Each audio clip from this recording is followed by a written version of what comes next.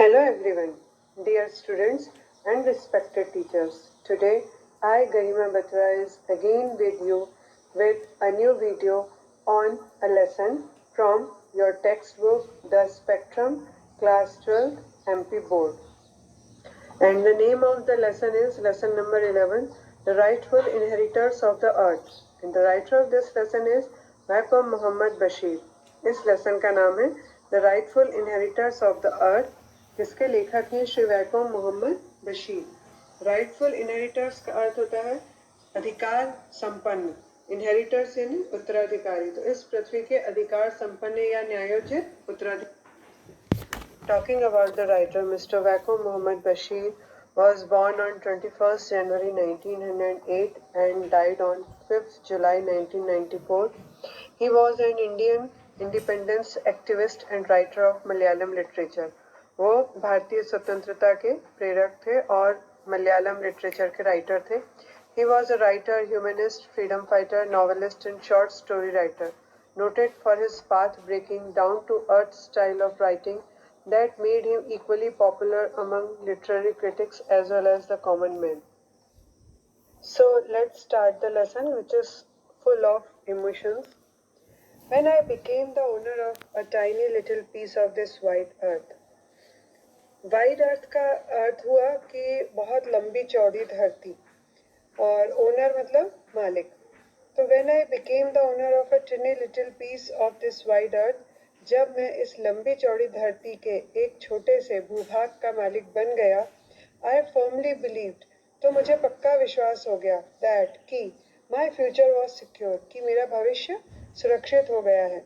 It was a 2 एकड़ plot, यह एक 2 एकड़ का प्लॉट था, विद कोकोनट पाम्स, जिसमें कि कोकोनट के नारियल के वृक्ष थे, एंड एन ओल्ड हाउस, और एक पुराना घर था, दैट कुड बी रेनोवेटेड, जिसको कि रेनोवेट किया जा सकता है। रेनोवेट का अर्थ होता है to repair and paint an old building या a piece of furniture etcetera.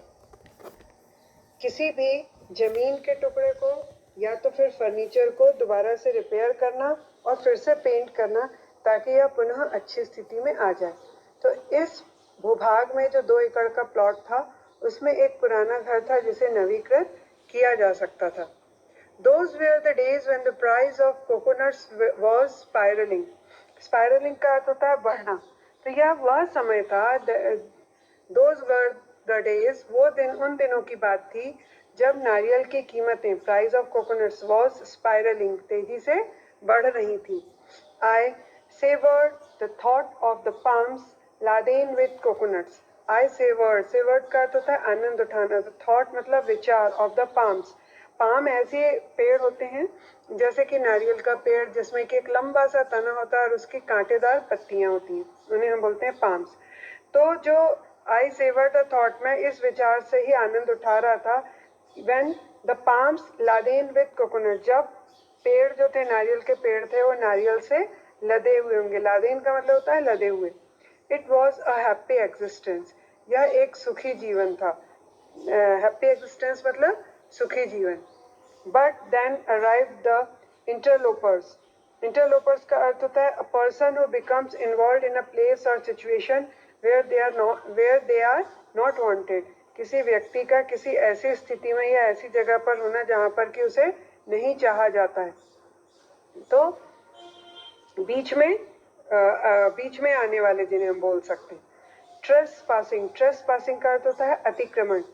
Flouting the legality of the ownership documents. Flouting का अर्थ होता है उल्लंघन करना, और लीगैलिटी यानी वैधता, ओनरशिप यानी मालिकाना।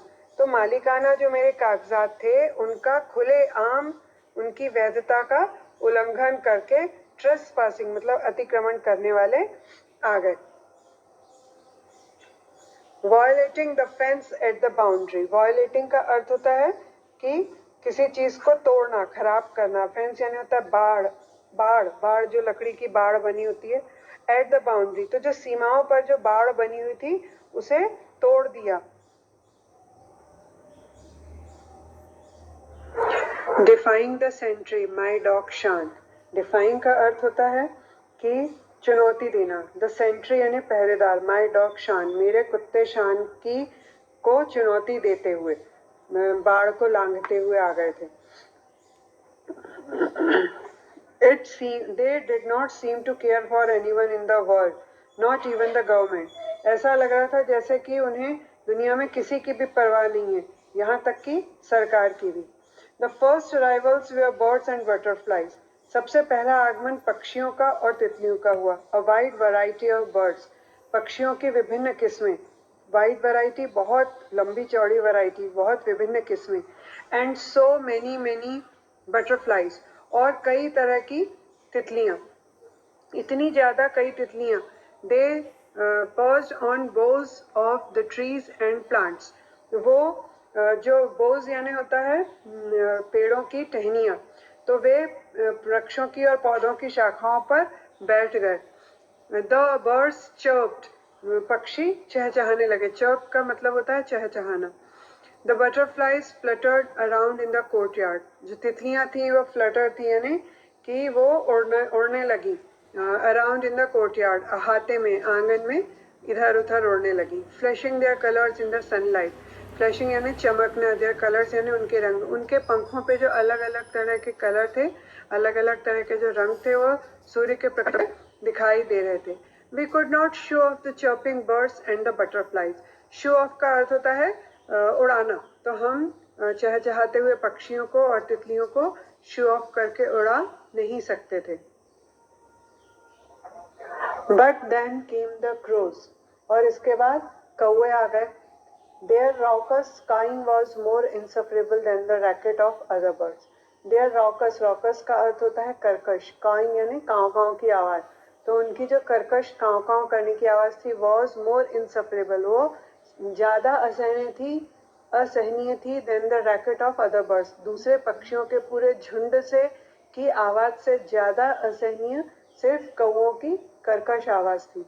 Besides they swooped down on the chicks, और इसके अलावा, बिसाइड्स यानी इसके अलावा, they swooped down, swoop down का अर्थ होता है धावा मारना, ऑन द चिक्स यानी चूजों पर, मुर्गियों के बच्चों पर।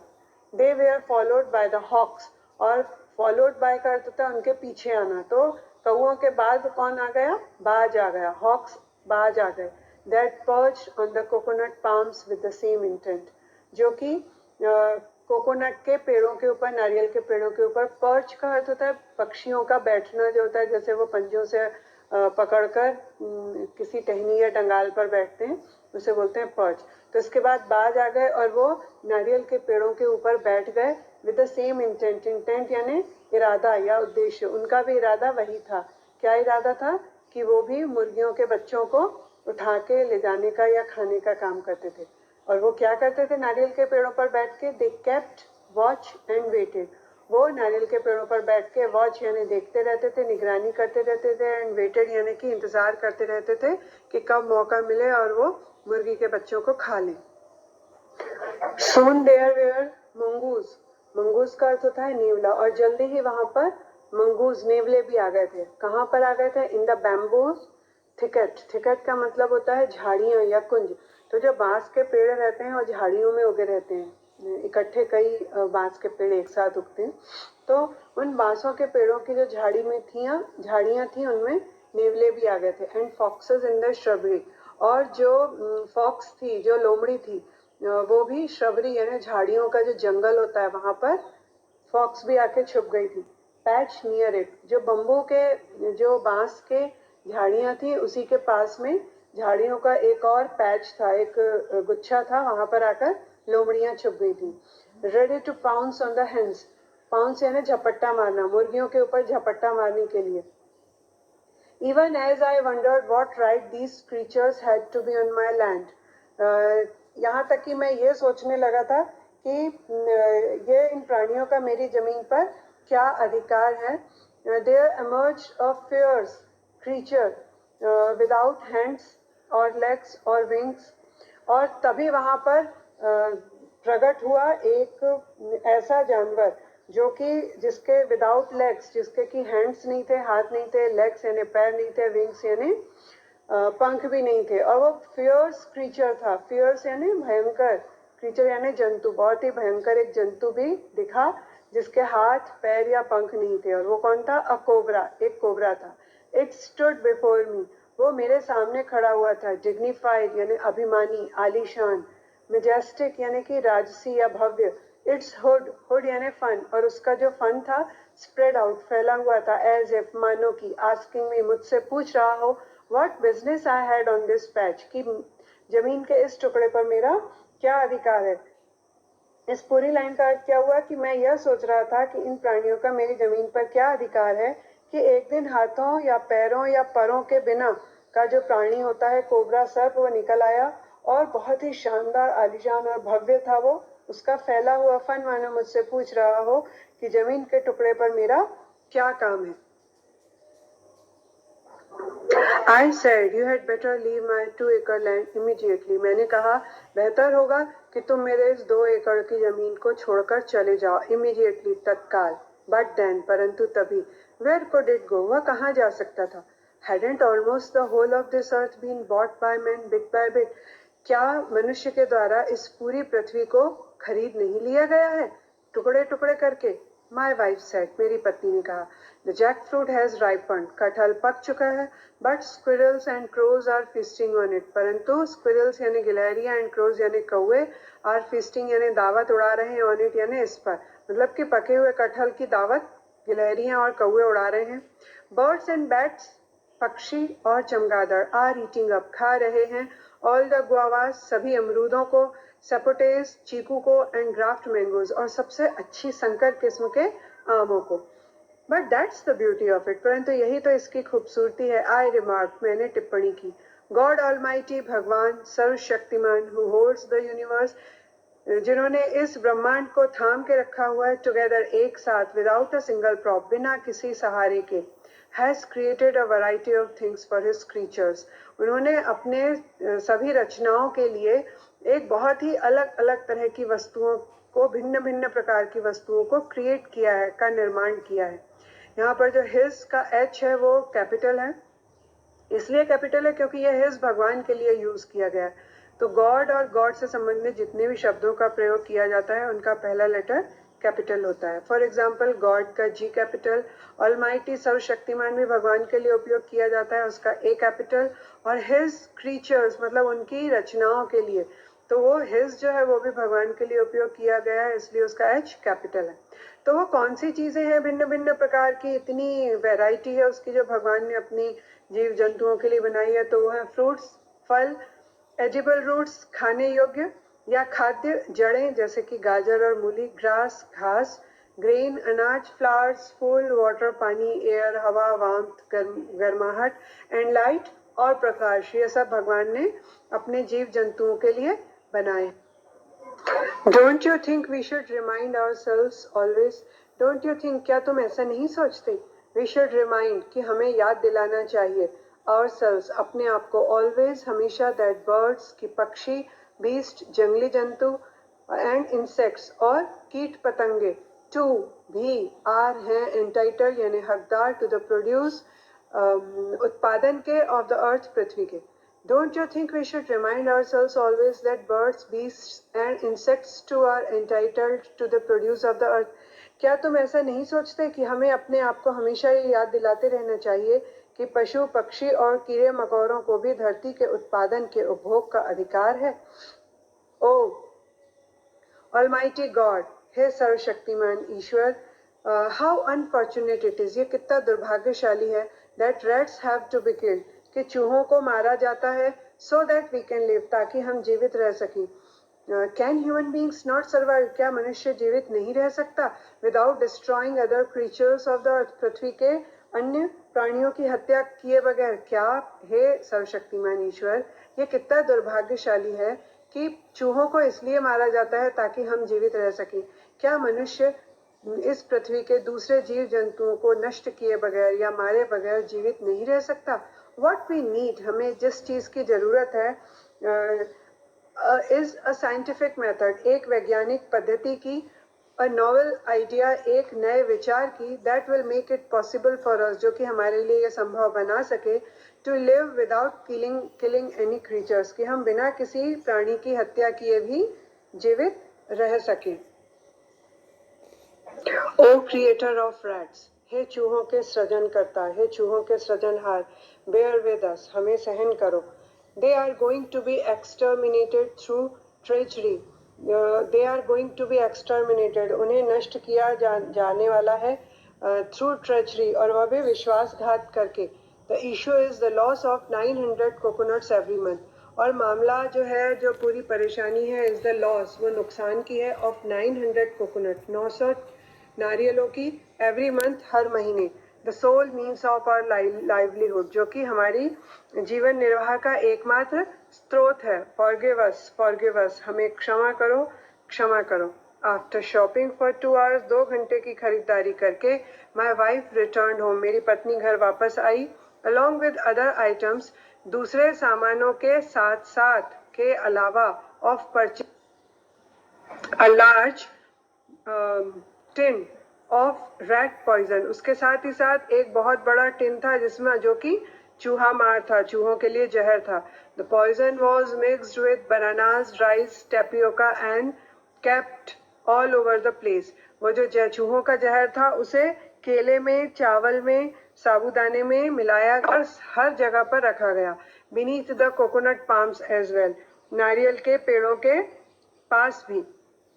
इन 4 days, 4 दिनों में, 5 hens, 5 मुर्गियां, 12 squirrels, 12 गिलहरियां, 200 rats, 200 चूहे, एंड अ कैट, और एक बिल्ली, disappeared behind the curtains of time, वो समय के पर्दे के पीछे छुप गई, फॉरएवर, हमेशा के लिए. इसका मतलब हुआ कि समय के पर्दे के पीछे हमेशा के लिए गायब हो गए, मतलब कि वो मर गए.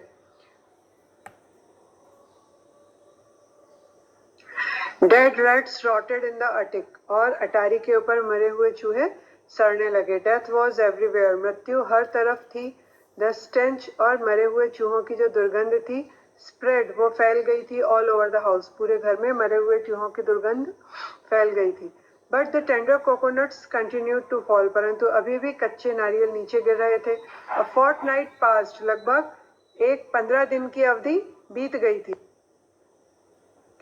अ फोर्टनाइट पास्ट, 15 दिन की अवधि बीत गई थी. 2 हफ्ते मिलकर एक फोर्टनाइट बनाते हैं, जिसको कि हम हिंदी में पखवाड़ा कहते हैं.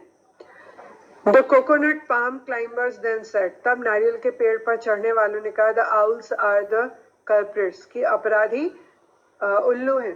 They peck at the tender coconuts, और वही कच्चे नारियल के ऊपर चोंच मारते हैं. But that was really an old saying, परंतु यह एक सचमुच में पुरानी कहावत है. अमित, एक पौराणिक गाथा. They had heard from their fathers, जो कि उन्होंने अपने पूर्वजों से सुनी है. The owl is not a vegetarian creature, उल्लू एक शाकाहारी जीव नहीं है. After a couple of months, लगभग 2 महीने बाद, the real culprits were discovered, असली अपराधी खोजे गए. द बैट्स, जो कि चमगादड़. आफ्टर डस्क, शाम होने के बाद, ह्यूज बैट्स, बड़े बड़े चमगादड़, कम इन स्वैम, गुच्छे में आते थे, and cling to the tender coconuts, और कच्चे नारियलों से चिपक जाते थे. They gnaw into the tender flesh, वो नारियल के कच्चे फ्लैश में, जो कच्चा गूदा था, उस पे चोंच मारते थे. And have their fill of coconut water, और नारियल पानी पीकर अपनी भूख मिटाते थे. आफ्टर ईटिंग द कर्नल्स, गुठली को खाने के बाद, दे फ्लाई अवे ग्रेटिफाइड, वो संतुष्ट होकर उड़ जाते हैं. Let's buy a gun, said my wife, मेरी पत्नी ने कहा, चलो एक बंदूक खरीदें. We can shoot bats, foxes and polecats with it, हम उससे चमगादड़ों, लोमड़ियों और पोलकैट्स को मार सकते हैं. नॉट मी, मैं नहीं मारूंगा. I shall not be a part to that, मैं इसका हिस्सा नहीं बनूंगा. The gun is a symbol of cruelty, बंदूक क्रूरता की प्रतीक है. क्रुएल्टी, क्रूरता, सिंबल, प्रतीक. It is the child of sin, यह पाप का पुत्र है. Man should never have invented it, अच्छा होता अगर मनुष्य ने बंदूक का आविष्कार ही नहीं किया होता. My wife's cousin turned up one day with an expensive grim looking gun. My wife's cousin, मेरी पत्नी का चचेरा भाई, एक दिन, one day, with an expensive, एक महंगी, ग्रिम लुकिंग, बहुत ही डरावनी सी लगने वाली, विकट लगने वाली बंदूक को लेकर आया. एंड सेड, और बोला, within a 10 mile circumference, लगभग 10 मील के घेरे में, nearly 3000 coconuts are being destroyed every day, लगभग 3000 नारियल प्रतिदिन नष्ट किए जा रहे हैं. There is no point in shooting the bats at this spot, और इस स्थिति में चमगादड़ों को मारने से कुछ नहीं होगा। On a little islet nearby, एक छोटे से द्वीप पर जो कि पास में ही है, स्टैंड्स एन ओल्ड टेम्पल, एक पुराना मंदिर है। नेक्स्ट टू इट, उसी के पास, grow a pair of banyan trees, उसके पास लगभग 2 बरगद के वृक्ष हैं। You can see at least 3000 bats hanging on the 2 trees, और आप इन 3000 चमगादड़ वहां पर इन 2 वृक्षों पर आपको लटकते हुए दिख जाएंगे। I'll finish them all, मैं उन सभी को खत्म कर दूंगा। If not in one day, अगर एक दिन में नहीं तो in 2 or 3 days, तो 2 या 3 दिनों में। Don't you want to witness the glorious sight of 3000 bats being slaughtered? क्या तुम इन 3000 चमगादड़ों के कत्ल के भव्य दृश्य का भव्य साक्ष्य बनना नहीं चाहोगे? Slaughtered यानी कत्ल का, glorious sight भव्य दृश्य, और witness गवाह या साक्ष्य। I prayed fervently. मैंने कातर भाव से प्रार्थना की। Oh bats, save yourself. ओह चमगादड़ों, अपनी रक्षा करो। It was astonishing. यह बहुत ही आश्चर्यजनक था। A miracle, एक चमत्कार। The bats were saved. चमगादड़ बच गए थे। My wife and cousin returned shamefaced. मेरी पत्नी और उसका भाई, चचेरा भाई, शर्मिंदगी का चेहरा लेकर वापस आ गए। Terrified, भयभीत, deflated, हिम्मत पस्त या लूज कॉन्फिडेंट, एजिटेटेडली, चिंताग्रस्त।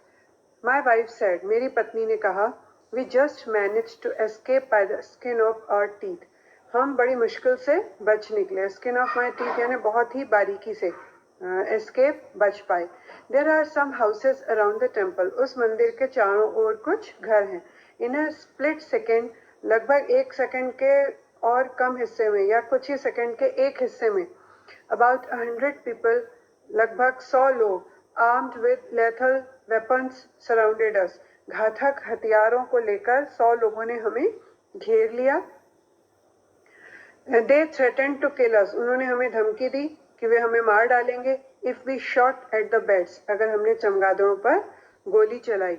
डू यू नो वाई, क्या तुम्हें पता है क्यों? दे बिलीव, वे विश्वास करते हैं, that bats are the souls of our ancestors, कि चमगादड़ हमारे पूर्वजों के की आत्माएं हैं। हमारे पूर्वजों की जो आत्माएं हैं वो चमगादड़ों का रूप लेकर आई हैं। आई टुक अ डिसीजन देन, और तब मैंने एक निर्णय लिया। इन नो अनसर्टेन टर्म्स, पूरी तरीके से खुले हुए शब्दों में। आई सेड, मैंने कहा, the souls of our ancestors, चमगादड़ हमारे पूर्वजों की आत्माएं नहीं हैं, but they are one among God's many creations, परंतु वो भगवान की बहुत सारी रचनाओं में से एक हैं। लेट कोकोनट्स बी डिस्ट्रॉयड, नारियलों को नष्ट हो जाने दो। दैट डजंट मैटर, उससे फर्क नहीं पड़ता। लेट अस बी सेटिस्फाइड, हम संतुष्ट रहेंगे। विद वॉट वी गेट, जो भी हम प्राप्त करेंगे। After they have taken their share, उनके द्वारा उनका हिस्सा लिए जाने के बाद जो बचेगा हम उससे संतुष्ट रहेंगे। They too are of Almighty's creations. They certainly have a right to the coconuts. निश्चित रूप से उनका भी नारियलों पर अधिकार है। They too are of Almighty's creations. वे भी ईश्वर की बहुत सारी रचनाओं में से हैं। As are the palms, बिल्कुल वैसे ही जैसे कि नारियल के पेड़ हैं। Remember the ancient right, उस प्राचीन अधिकार को याद करो। That God bequeathed, जो कि भगवान ने, bequeathed का अर्थ हुआ वसीयत करना, भगवान ने वसीयत की थी। At the auspicious moment of creation, इस सृष्टि की रचना के पवित्र क्षणों में जो ईश्वर ने वसीयत की थी। All living beings are the rightful inheritors of the earth, कि सभी प्राणी धरती के वास्तविक वारिस हैं। और इस पाठ को लिखा था वैकम मोहम्मद बशीर ने, जो कि बहुत ही एक फेमस राइटर हैं। और यहाँ पे हमारा एक्सप्लेनेशन खत्म होता है, और इसके साथ ही the rightful inheritors of the earth का एक्सप्लेनेशन खत्म हुआ।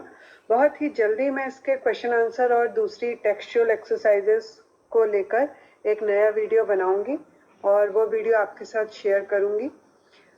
Thanks for watching this video. Please like, comment and subscribe the channel, ताकि मेरे जो भी वीडियोस मैं आगे बनाऊं वो सबसे पहले आप तक पहुंच सकें। And have good time everybody. I wish you a very good time and good day. Also, best of luck for your exams.